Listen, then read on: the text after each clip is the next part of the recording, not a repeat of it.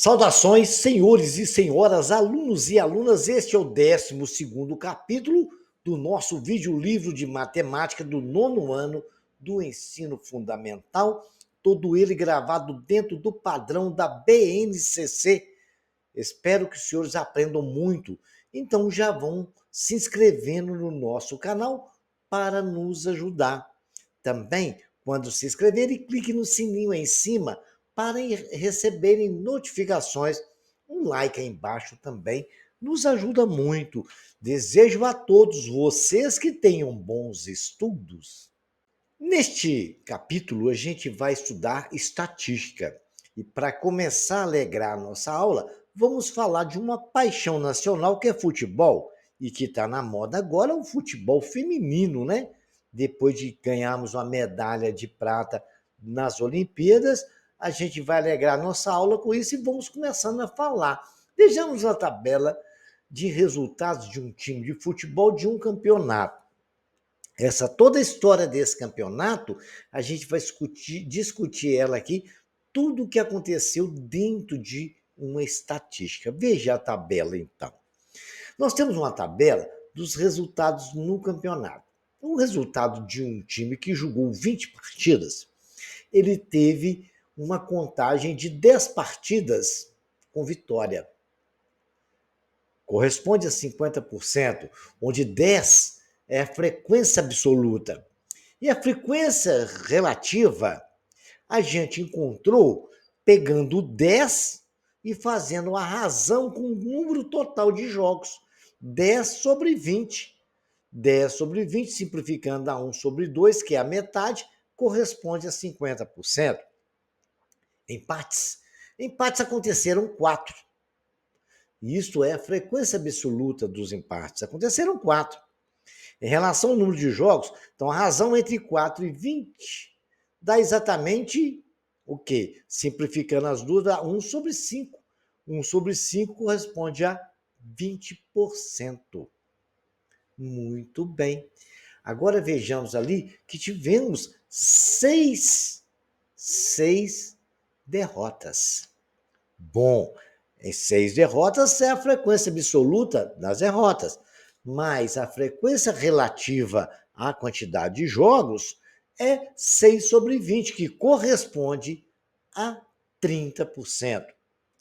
Agora, senhores, dentro dessa história de futebol, já estamos começando a nos entender o que é uma frequência absoluta e que é uma frequência relativa. A gente pode, teoricamente, definir que uma frequência relativa é uma reação entre a frequência absoluta e o total de coisas envolvidas nessa frequência. Vamos entender melhor o que é isso? Vejamos então. Diante de toda a questão relacionada àquele campeonato de futebol que nós discutimos, onde falamos da frequência absoluta e frequência relativa, né? A gente pode construir 2 gráficos. Como fazer isso e detalhes dele, a gente vai ver lá na frente um pouco. Já estou apresentando para vocês observar esses dados no gráfico. Ah lá, vitórias tem verde, chegou a 10. Depois temos empate em laranja e as derrotas em azul. Fizemos um gráfico que é chamado de gráfico de coluna. Agora, um gráfico de setor é esse que nós fizemos numa circunferência, ele é chamado de gráfico pizza, que ele parece uma pizza redondinha e é dividida em várias partes, né? No caso ali está a vitória em verde, empate em laranja e a derrota em azul. Essa é a forma gráfica que a gente representa toda aquela história que nós falamos. Isso nos mostra a importância de um gráfico.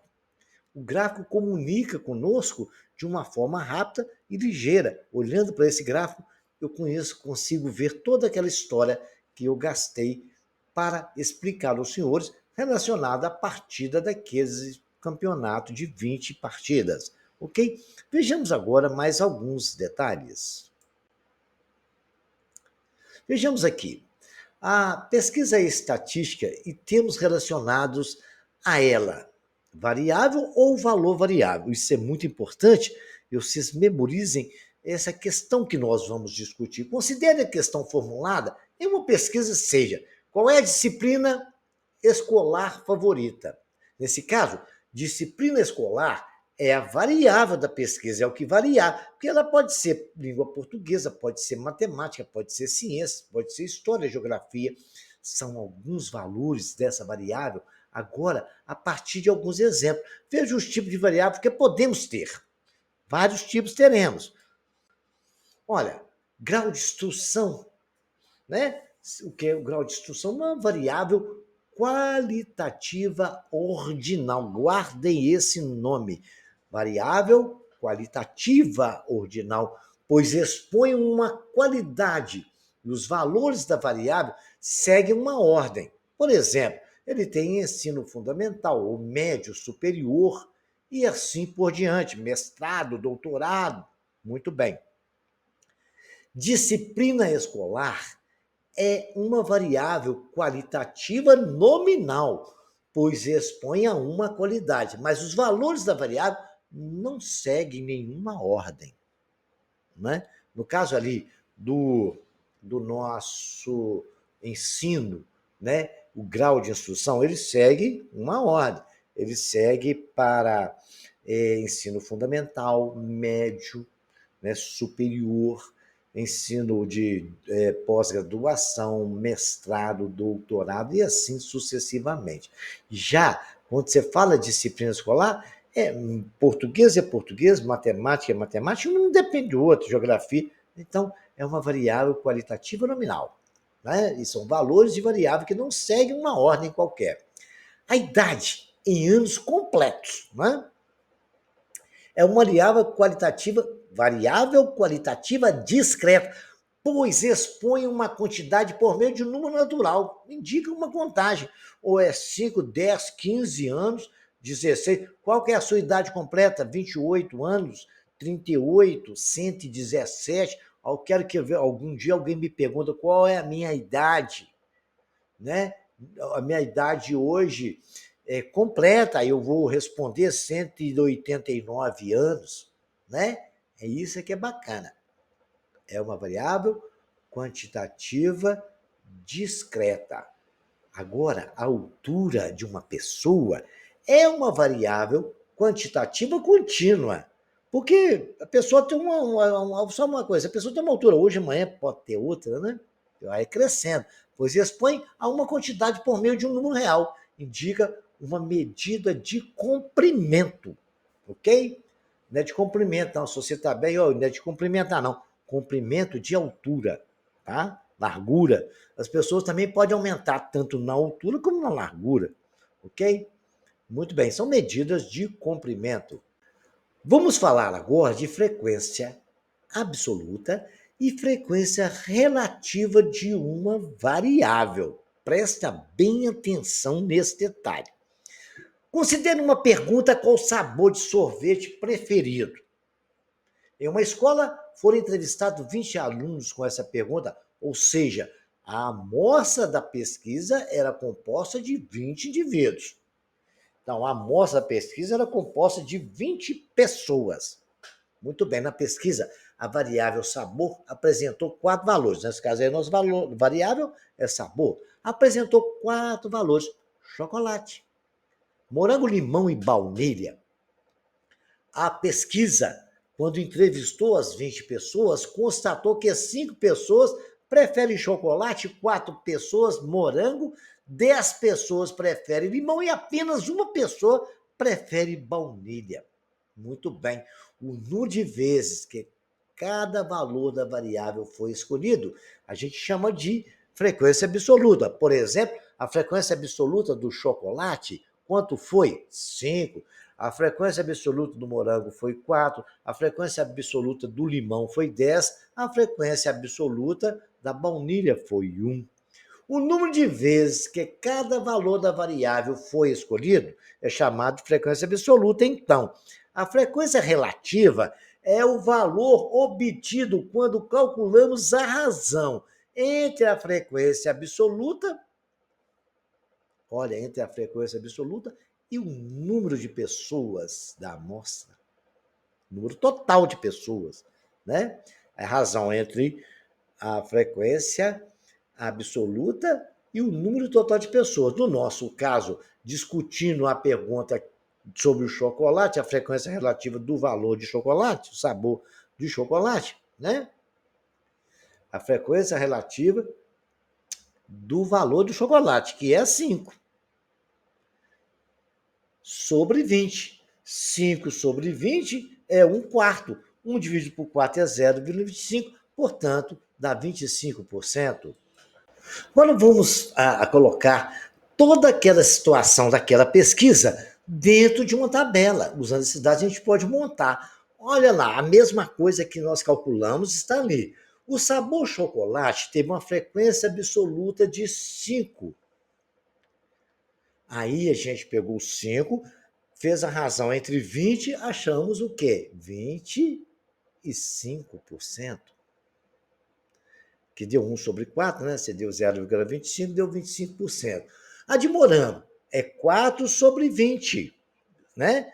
Vai dar o quê? 1 sobre 5, que corresponde a 20%. A de limão foi 10, dá 10 sobre 20, que corresponde à metade, né? Que é 50%. A de baunilha foi 1 sobre 20. É razão de 1 para 20. É a razão da frequência absoluta pela quantidade de pessoas entrevistadas, que deu 5%. O total deu 20 pessoas, 20% corresponde a 100%. Assim, senhores, este é um dado, é uma forma de se fazer estatística, a gente ter a frequência absoluta que as coisas aconteceram, relacionada à quantidade de pessoas envolvidas, e temos a porcentagem, que é a frequência relativa em cada caso. No nosso caso, foi a escolha do sorvete de chocolate, do sorvete de morango, do sorvete de limão e o de baunilha. Isso entrevistado-se por 20 pessoas, ok?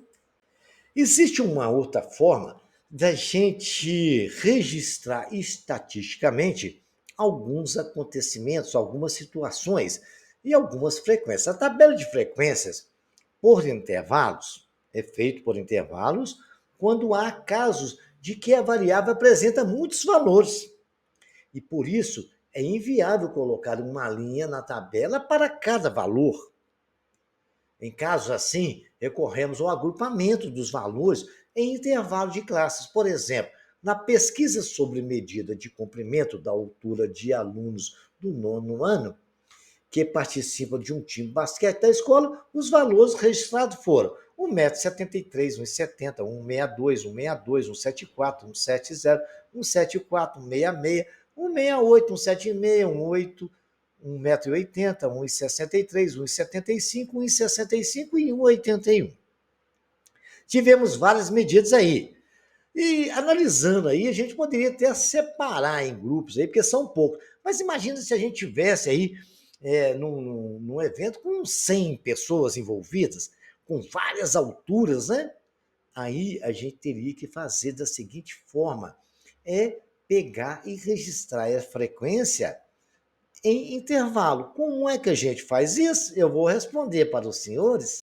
Primeiro, vamos relacionar o caso que a gente estava estudando com relação às alturas lá, tá? Então, o primeiro passo é a gente calcular a diferença entre a maior e a menor medida de comprimento da altura registrada. E obtemos o quê? Nas alturas de todas que tinha lá, a maior era 1,81 m, a menor é 1,62 m, e isso deu 0,19. Aí a gente já adianta uma coisa. Está próximo de 0,20, a gente arredonda para 0,20. Beleza? Nunca trabalhamos com números assim tão picados, que a gente vai dividir para alguma coisa, certo? Não vamos arredondar nem, talvez para 0,18 ou para 0,15, mas como a gente deve escolher intervalos, a quantidade de intervalos deve ser maior que de 4, geralmente superior a 4. No mínimo 4, mas superior a 4 é que é o ideal, certo?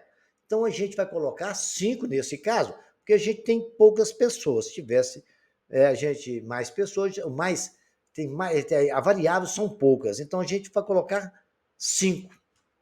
Por isso eu arredondei 0,19 para 0,20.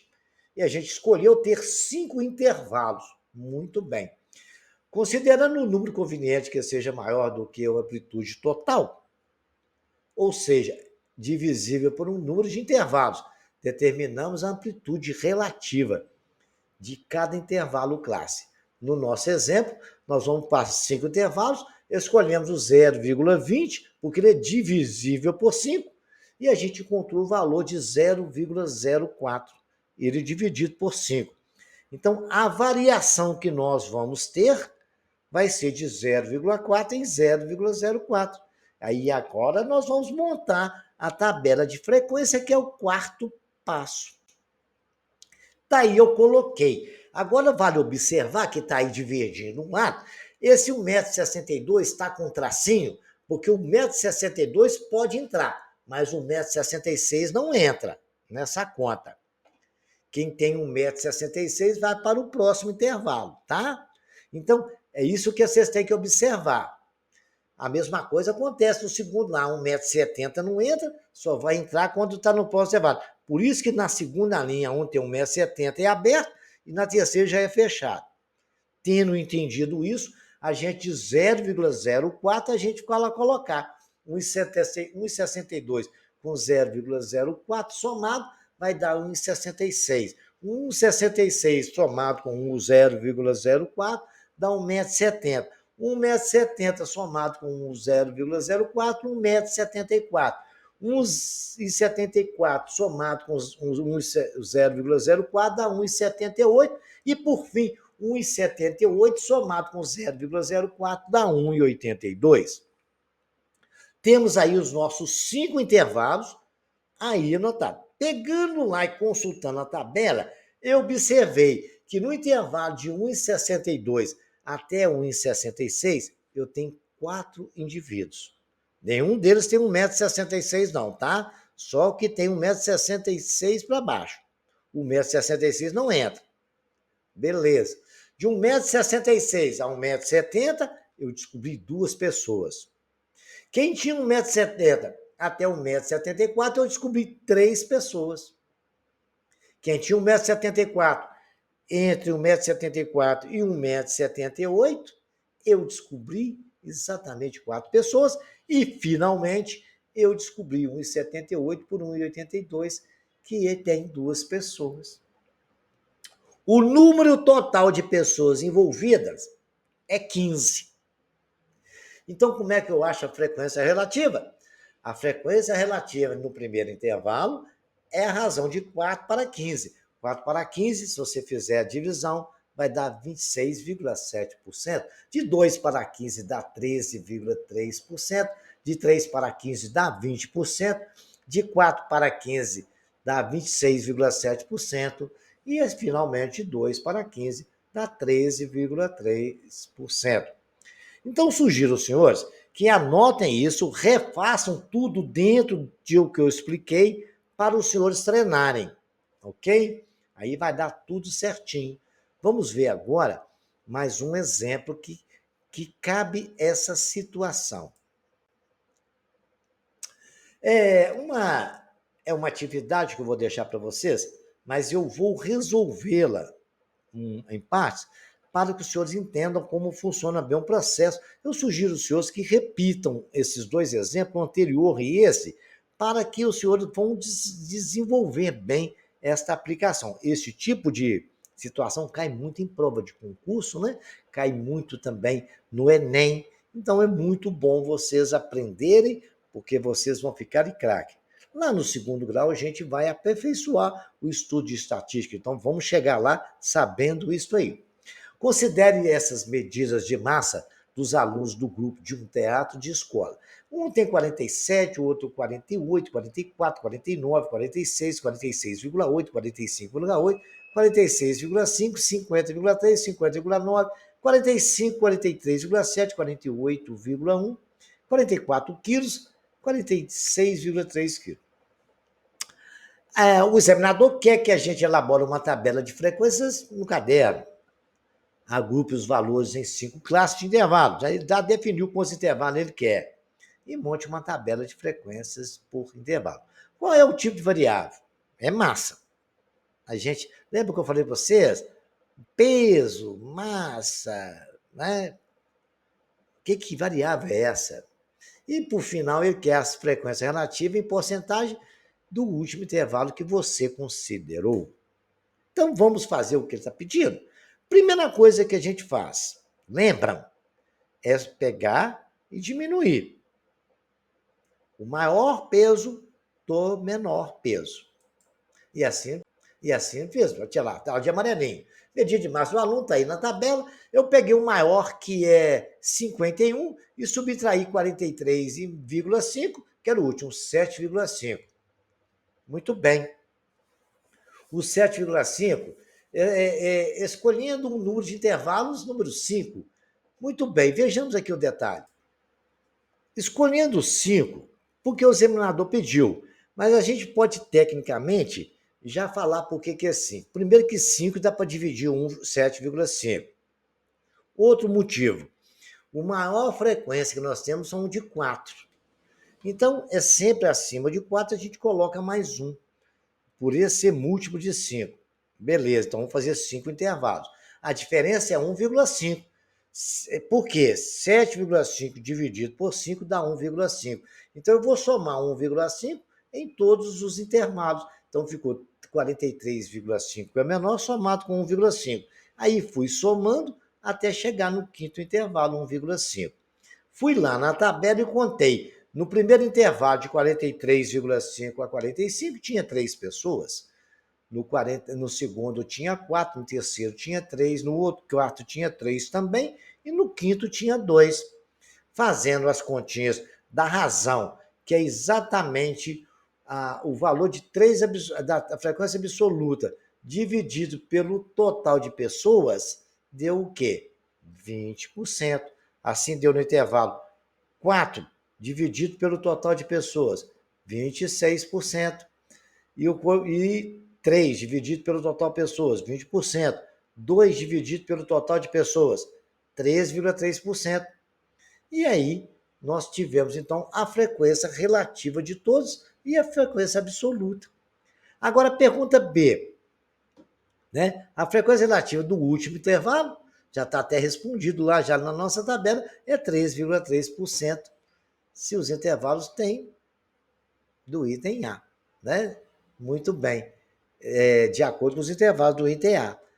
Muito bem, a variável é chamada de quantitativa contínua. Quando você vai falar de peso, altura, a variável é quantitativa contínua. Então, ficou muito bem esclarecido. Vocês tentem fazer, repitam. Qualquer dúvida, estarei à disposição dos senhores nos comentários. Vejamos agora as medidas de tendência central e as medidas de dispersão. Nós já estudamos isso no 8º ano, mas vou relembrá-los. Né? O que é uma média aritmética? Para calcular a média aritmética, basta adicionar todos os valores do conjunto e dividir pela soma, dividir toda a soma pelo número de elementos do conjunto.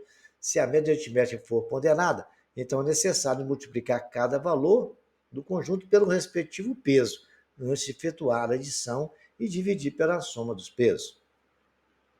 Mediana é um conjunto de valores que podemos organizá-los em ordem crescente ou decrescente. Se o número de elementos do conjunto for ímpar, então a mediana é o valor central na ordem. Caso contrário, a mediana será a média aritmética dos dois valores central. Ok? E a moda é o elemento do conjunto que tem a maior frequência. Não esqueçam disso. É o que repete mais, tá? Porém, há casos em que as medidas de tendência central são insuficientes para representar o conjunto de dados. Isso geralmente ocorre quando os elementos desse conjunto estão muito dispersos, estão muito variados, muito diferentes um do outro. Nesse caso, é conveniente utilizar medidas que expressam o grau de dispersão de um conjunto de dados. É o que fazem as medidas de dispersão, amplitude, variância e desvio padrão. Vamos ver o que é isto? Então, vamos nos fazer entender as três coisas que eu falei no slide anterior. Amplitude. Amplitude é um conjunto de valores numéricos, mostra a faixa de variação entre os elementos desse conjunto. Para calculá-la, fazemos o maior valor da variável menos o menor valor. Variância. Variância é determinada pela soma de todos os quadrados das diferenças entre cada elemento e a média do conjunto. Esse valor é, então, dividido pelo número de elementos do conjunto. Por isso, é uma medida de dispersão mais significativa do que a amplitude. E o desvio padrão? O desvio padrão é obtido extraindo a raiz quadrada da variância. Simples assim. Esses três procedimentos é o que a gente vai adotar.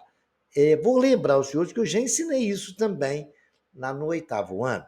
Vejamos agora as situações que acontecem, ok? Vamos agora fazer alguns exemplos de tudo aquilo que nós discutimos. A média aritmética simples. Considere a situação a seguir. Mariana acompanhou a previsão do tempo de um município onde mora. A tabela indica as temperaturas mínimas previstas para a semana de 27 a 31 de agosto de 2024. Temperatura mínima prevista para a semana está na tabela aí. Na data 27, 10, 28, 11, 29, 8, do 8 a 14, 30 do 8, 15 e 31 do 8 também, 15. Aí a gente vai calcular a média disso aí. Então, a média aritmética simples das temperaturas mínimas registradas nesses dias é a soma delas todas dividido pelo valor 5, que são 5 dias que a gente está considerando. Então, vai ser 10 mais 11 mais 14 mais 15 dividido por 5. Teremos, então, 65 dividido por 5. Isso é igual a 13. Então, a média aritmética simples de uma série de dados é determinada pela soma de todos os valores dividida pela quantidade de valores adicionados. E, enfim, definir, acabou, ok? Agora, a média aritmética ponderada, todo mundo já ouviu falar dessa situação que eu vou colocar aqui agora. Algumas situações pressupõem o cálculo da média aritmética ponderada. Acompanhe um exemplo a seguir. Nas aulas de matemática, a Ana foi avaliada em diferentes maneiras. Um trabalho individual com peso 1, 2 provas mensais cada, uma com peso 2. E uma prova final com peso 4. A Ana obteve 7,7 no trabalho, 4,8 e 8,4 nas provas mensais sucessivamente e 6,1 na prova final. Qual é a média de nota obtida? Então, o trabalho tinha o quê? Peso 1, 7,7. Não, o que tem a nota? A Ana obteve a nota 7,7 vezes 1. Certo? Depois já tem 4,8 vezes 2. Porque o que acontece? Vamos lá, vamos ler no problema. O trabalho individual com peso 1, 2 provas mensais, cada um peso 1. No trabalho, obter 7,7 no trabalho, o peso era 1, 7,7 vezes 1. 4,8, ela teve em quê? 4,8 e 8,4 nas provas. E as provas tinham peso quanto? 2. 8,4 nas provas mensais, que também tinha peso 2. Então, multiplica ele por 2. E na prova final, 6,1, que tinha peso 4. Agora a gente multiplica 7,1, 7,7 vezes 1, 4,8 vezes 2, 8,4 vezes 2, 6,1 vezes 4, soma isso tudo e divide por 9. Deu 58,5 dividido por 9. A média aritmética ponderada dela foi 6,5. É uma série de valores e é determinada pela soma de todos os produtos de cada valor pelo respectivo peso, dividindo esse resultado pela soma dos pesos. Então, cada coisa com seu peso eu multiplico, somo todas as situações envolvidas e divido pela quantidade de situações, ok? Simples assim, tenta repetir aí, vocês vão gravar isso rapidinho. A média aritmética ponderada também é utilizada quando os valores estão representados em tabelas. Assim, os pesos são indicados pela frequência absoluta, que apresenta a quantidade de vezes em que o valor aparece. Podemos organizar as notas de ano da seguinte maneira: 4,8, peso 2. Se eu pegar 4,8 multiplicar por 2, vai dar 9,6. 6,1, apareceu 4 vezes, tem peso 4. 6,1, eu multiplicado por 4 dá 24,4. 7,7 multiplicado por 1 Dá 7,7, só apareceu uma vez. 8,4 multiplicado por 2 é igual a 16,8. Senhores, está muito claro. A quantidade, o peso é a quantidade de vezes que a coisa aparece. Sempre foi assim. E aí é só multiplicar, né? Pela frequência, nós tivemos, então, o produto, a nota da frequência. Foi só somar aquilo ali, deu 58,5. E 58,5 dividido pelo total de vezes que apareceu é 6,5, e isso nos dá a nossa média aritmética ponderada. A moda também é uma medida utilizada na análise de dados estatísticos. Ela indica o valor que mais se repete em uma série de valores considerados. Acompanhe os exemplos a seguir. Um condomínio de casas foi realizada uma pesquisa para verificar a quantidade de habitantes por residência. Obteve o seguinte resultado: 222, 333, 333, 44, 555. O número que mais apareceu, ou seja, que teve maior frequência, indica 3 habitantes por residência. Assim, a moda dessa pesquisa é 3 habitantes. Então, a pesquisa é essa. Quantos habitantes em cada casa? Apareceu o resultado de cada casa. As casas que mais têm repetição de número de habitantes são as que têm 3 habitantes. Por isso que 3 é a moda dessa estatística. A moda, a tabela mostra o resultado de uma pesquisa realizada com estudantes no ensino médio de uma escola sobre a quantidade de irmãos que cada estudante obteve. Para determinar a moda da quantidade de irmãos dessa pesquisa, basta localizar o valor que apresenta maior frequência. Repare que o número de 35 corresponde à maior frequência absoluta, indicando que 35 estudantes têm 2 irmãos. Assim, a moda dessa frequência é 2 irmãos, a quantidade de irmãos dos estudantes do ensino médio. Que tem 0 irmãos, tem 20 pessoas. Que tem 1 irmão, tem 15 pessoas. Que tem 2 irmãos, tem 35 pessoas. Que tem 3 irmãos, tem 10 pessoas. No total de gente, de irmãos está aí, né? Nós podemos dizer que a moda de uma série de valores é determinada pela frequência, o valor de maior frequência. Qual que é o valor de maior frequência? É o de 2 anos, que apareceu o quê? 35 vezes, tá? 2 irmãos. As pessoas que têm 2 irmãos apareceu 35 vezes, né? Se você somar 35, 40, 50, dá 80 pessoas entrevistadas, ok? A mediana é a medida estatística que divide uma série de valores em 2 partes, com a mesma quantidade de termos cada uma, na qual a primeira parte apresenta valores menores ou iguais a ela, e a segunda parte valores maiores ou igual a ela. Uma joalheria galante, por exemplo, vende algumas pedras semi-preciosas brutas para colecionadores. Observe a tabela a seguir os preços unitários de venda das pedras semi-preciosas dessa joalheria. Vejamos lá. Ágata é um tipo de pedra, R$ 80. Ametista 10, selenita 30, berilo 190, turmalina 40, topázio 700 e quartzo R$ 2. Nesse caso, dizemos que a quantidade de preços unitários de venda das pedras da joalheria galante, que são menores ou iguais ao termo central, é igual à quantidade de preços unitários de venda, que são maiores ou iguais ao termo central. Esse termo central é a mediana. Está ali. Nós temos 2, 10, 30, termo central é 40, colocamos em ordem crescente, 80, 190 e 700. Aquele que está no meio certinho é o termo central. E o termo central é exatamente a nossa mediana. A nossa mediana, nesse caso, é 40. Vejamos agora um outro exemplo. O dono da joalheria Galante também resolveu vender perita. Observe como ficou a tabela de preços com a inclusão dessa pedra. A joalheria passou a obter 8 pedras, uma quantidade par de itens, e não ímpar, como na tabela anterior.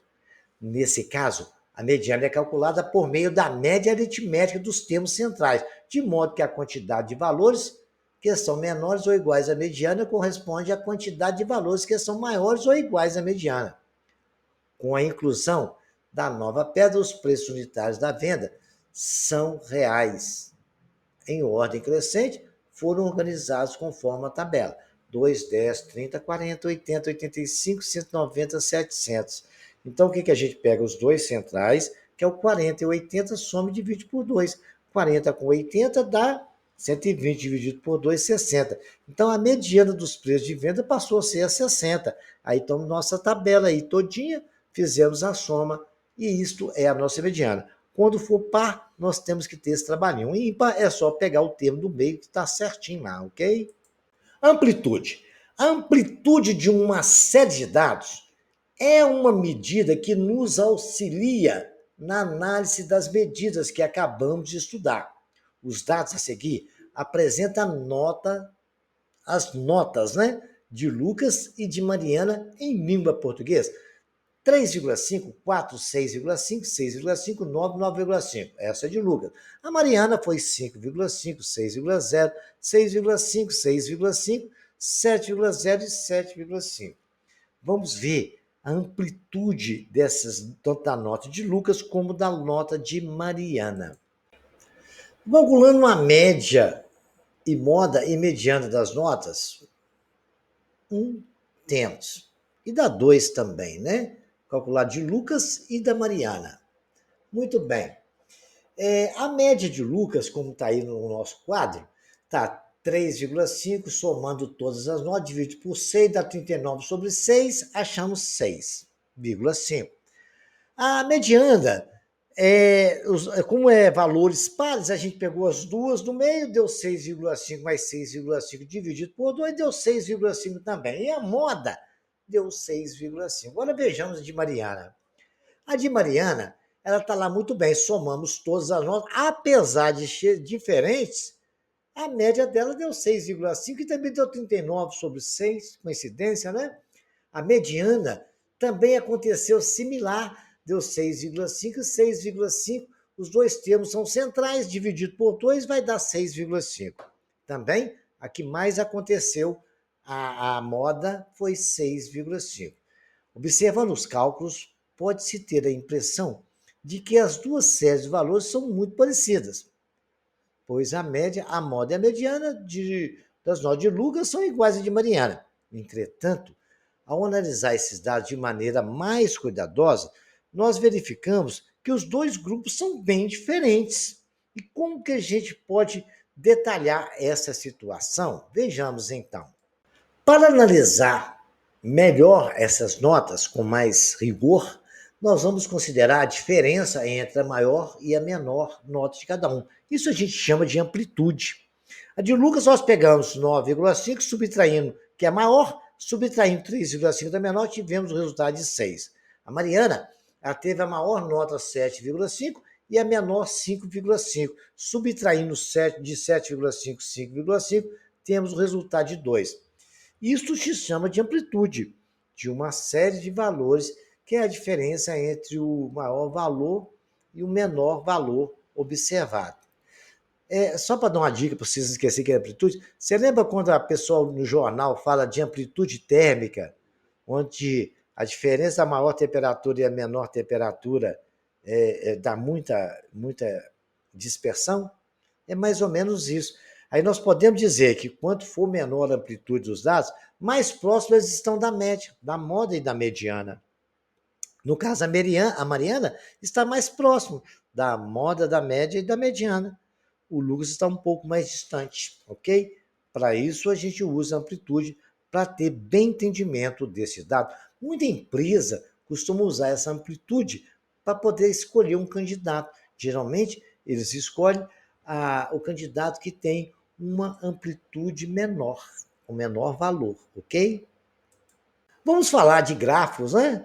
Agora, que são gráficos que a gente estuda em estatística, que colhe esses dados todos que nós discutimos. Os gráficos de segmentos são usados para mostrar visualmente a evolução das frequências de uma variável em um certo período. A posição de cada segmento de reta indica o crescimento ou decréscimo ou estabilidade no período considerado. A inclinação de segmento de uma reta indica a intensidade do crescimento ou o decréscimo. Por exemplo, se você olhar esse gráfico, você pode ver o faturamento da empresa e o ano, né? Você pega ali em 2015, por exemplo, né? Ele vai subindo, subindo e tem um faturamento de 18. Depois, no mês seguinte, até no outro ano, ele começa a cair, cair e volta para aquele patamar de 14 mil, menos entre 14 mil e 12 mil. Depois ele começa a crescer de novo, chega a 14 mil. Depois, em 2018, começa a cair. Você vê que o gráfico está descendo. Lembra quando nós somos a equação função do primeiro grau anterior? Quando o gráfico está nessa situação assim, ele é decrescente, quando está assim, ele é crescente, isso indica. Para isso, nós estudamos função. Gráfico de primeiro grau é mais ou menos assim. É uma reta, né? Está mostrando para nós quando a função é decrescente. Por exemplo, de 2018 a 2019, ela é crescente. Entre 2017 e 2018 é uma função decrescente. Aí já entre 2016 e 2017 é crescente. De 2015 a 2016, decrescente. Bom estudo de função. E também já nos faz entender o gráfico, né? Bacana, matemática é linda. Olha, agora nós temos o gráfico de barras, que são essas barras horizontais, ele pode ser verticais também. O gráfico de barra é aquele que apresenta valores de uma variável, em um intervalo, relacionados às respectivas frequências, por meio de barras horizontais ou verticais, que têm a mesma medida de comprimento da largura, com os espaços iguais entre elas.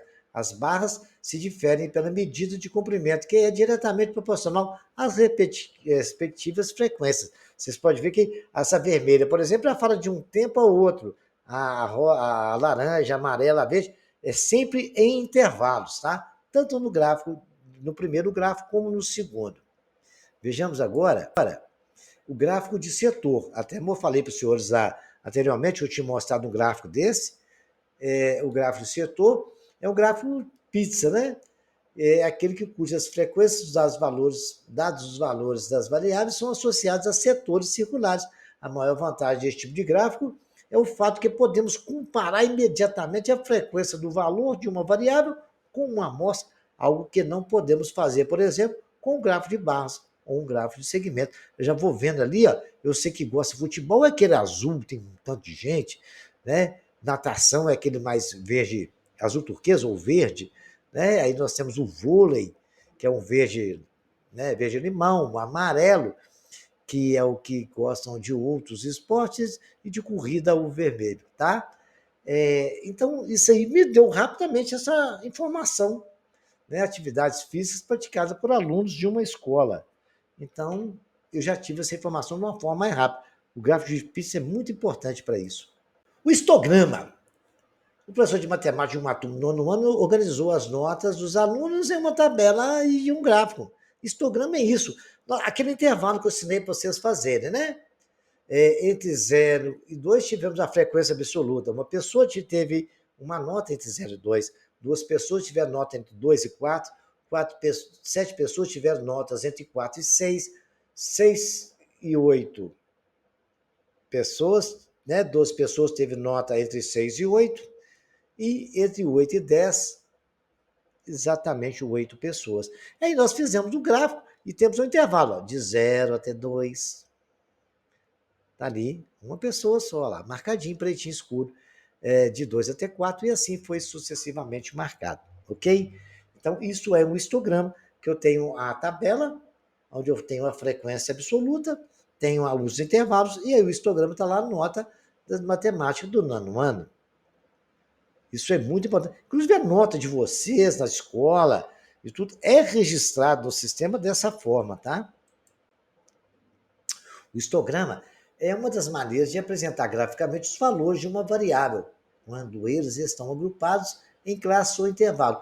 Ele é formado por um conjunto de barras justapostas, cujas bases são iguais e se apoiam no eixo horizontal do gráfico. Os pontos médios das barras devem coincidir com os pontos médios dos intervalos de cada classe. As medidas de comprimento das barras são diretamente proporcional às frequências das classes. Assim, como os gráficos de barras, os histogramas nos permitem interpretar e comparar as frequências dos intervalos de maneira rápida. Mas, como ele trabalha com intervalos, não é possível saber a frequência de um valor específico, tá? Ele vai nos dar informação do intervalo apenas. Pictogramas ou gráficos pictóricos. Um exemplo de gráfico que retrata a situação da população brasileira de idade de trabalhar. A parcela da população que faz parte da força de trabalho é composta pelas pessoas empregadas e desempregadas, ocupadas e desocupadas. Já a parcela de população que está fora da força de trabalho é formada por pessoas que não podem trabalhar por motivo de saúde, aposentadoria ou que desistiram de procurar emprego. Está aí o raio-x, né? 196 milhões de pessoas com idade de trabalhar, 14 anos ou mais, 61% de ocupados, mais desocupados, né? 39% estão fora da força de trabalho, que são esses laranjazinha. Tem uns ali que tem uma quantidade que varia no intervalo, que às vezes estão fora do estado de trabalho, mas ainda está procurando emprego. Ele representa toda uma história, e isso é chamado de pictograma, ok?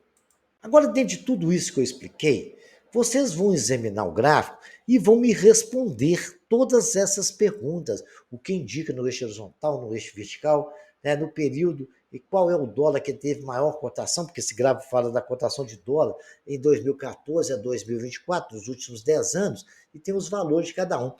Tenta interpretar isso aí, analisando. Por exemplo, em 2014, quanto que valia o dólar? Em 2018, quanto dólar estava? Está escrito mesmo lá. Vocês têm que aprender a tirar esses dados dos gráficos. Se tiver dúvida, me procure no comentário. Observe esse gráfico também. Qual é a porcentagem de analfabeto? Respondam as 3 questões para mim, por favor. Okay? Tenta analisar direitinho, tá? Beleza? Então vamos ver aqui. Vejamos agora esse gráfico aí que nós temos, né? Examine este gráfico e responda todas essas perguntas. Ele é um gráfico muito fácil de entender, porque ele é um gráfico de setor, né? Então vai ficar muito tranquilo, tá? Não esqueçam, qualquer dúvida estarei à disposição no comentário. O exercício 4, na mesma situação, é um gráfico para vocês fazerem a mesma coisa. Parem o vídeo, dá um print, o escreva no caderno, imprima essa folha, vá lá tentar fazer ele e responda no seu caderno. É bom desenhar gráfico, a gente aprender a desenhar e isso nos ajuda a gravar como interpretar um gráfico. E agora aí vocês vão observar a informação desse gráfico. Ele é o consumo de médio de água no mundo, certo? Então tem aí os lugares, França, Brasil, Canadá e tal. Vocês vão responder isso aí para mim e qualquer dúvida eu aguardo os senhores no comentário, tá? Então, por favor, não deixem de estudar o gráfico, porque isso é muito importante e em concurso eles colocam um gráfico e pedem para vocês analisarem, tá? O LibreOffice é um programa que nos ajuda a construir gráfico. Eu vou ensinar vocês como a gente pode fazer isso. Ele é um editor de texto, certo?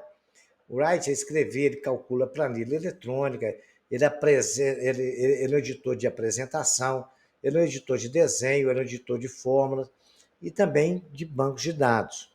Então vocês baixem isso aí, eu vou dar para vocês o link, como baixar esse programa. Depois eu vou ensinar como vocês vão fazer isso, tá? Aqui o endereço está aí, é esse link, você pode fazer o download. Durante a instalação é necessário indicar o sistema operacional, aqueles esquemas todos que vocês já sabem colocar. Essa é uma habilidade da BNCC, né? F09MA22 a F09MA23. Então eu sugiro que vocês façam ela, tentem baixar e vão fazer. Vocês já estão mais acostumados do que eu a fazer isso, tá? Meninada aí em computador são mestres, né? Aí vocês vão pegar aqui agora, abrir o aplicativo e vai fazer as construções da seguinte forma que eu vou indicar. Primeiro passo, você define o objeto da pesquisa, a população e o tipo de pesquisa. Para esse exemplo, o objetivo da pesquisa é o número de pessoas que fazem reciclagem de lixo, a população que são todos os alunos da escola, o que vocês acharem melhor.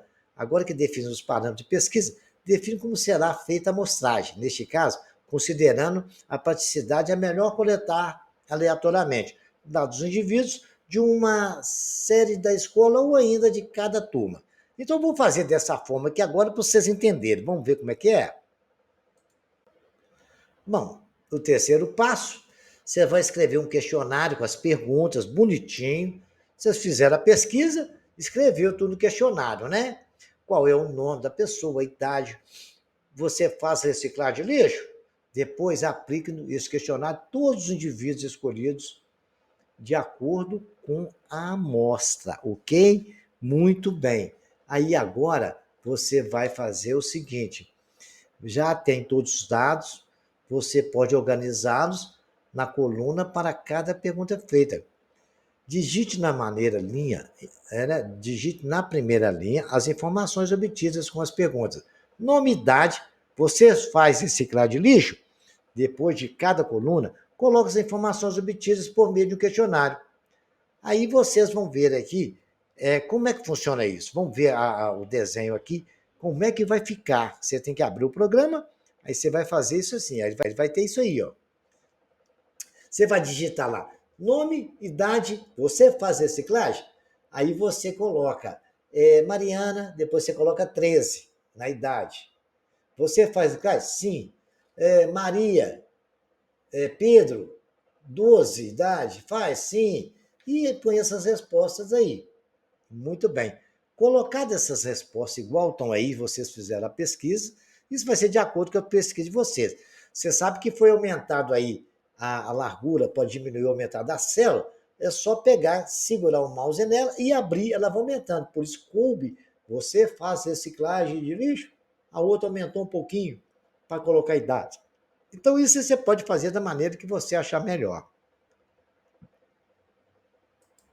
Quinto passo, escolha uma das perguntas e monte uma tabela com as frequências absolutas dos valores. Para isso, abre uma nova planilha na parte inferior da tela, copiando nela os dados. Por exemplo, utilizando os dados da coluna C, no exemplo, obtemos uma tabela de frequências absoluta.